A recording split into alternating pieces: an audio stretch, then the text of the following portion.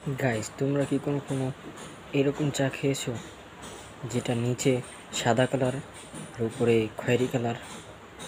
এই বৃষ্টির সময়, বৃষ্টির বিকেলে যদি এরকম একটা চা পাওয়া যায় তাহলে কিন্তু খুবই মজা হয়। এই যে দেখো গাইস, নিচের পাটে কিন্তু সাদা দেখা যাইতেছে আর উপরে কিন্তু খয়েরি, দুই কালারের চা স্পেশাল। তোমরা যদি কখনো এটা খায় থাকো তাহলে কমেন্টে জানাও প্লিজ। চ্যানেলটাকে সাবস্ক্রাইব করে দিও গাইস। এরকম নতুন নতুন ভিডিও পাওয়ার জন্য চ্যানেলটাকে সাবস্ক্রাইব করো।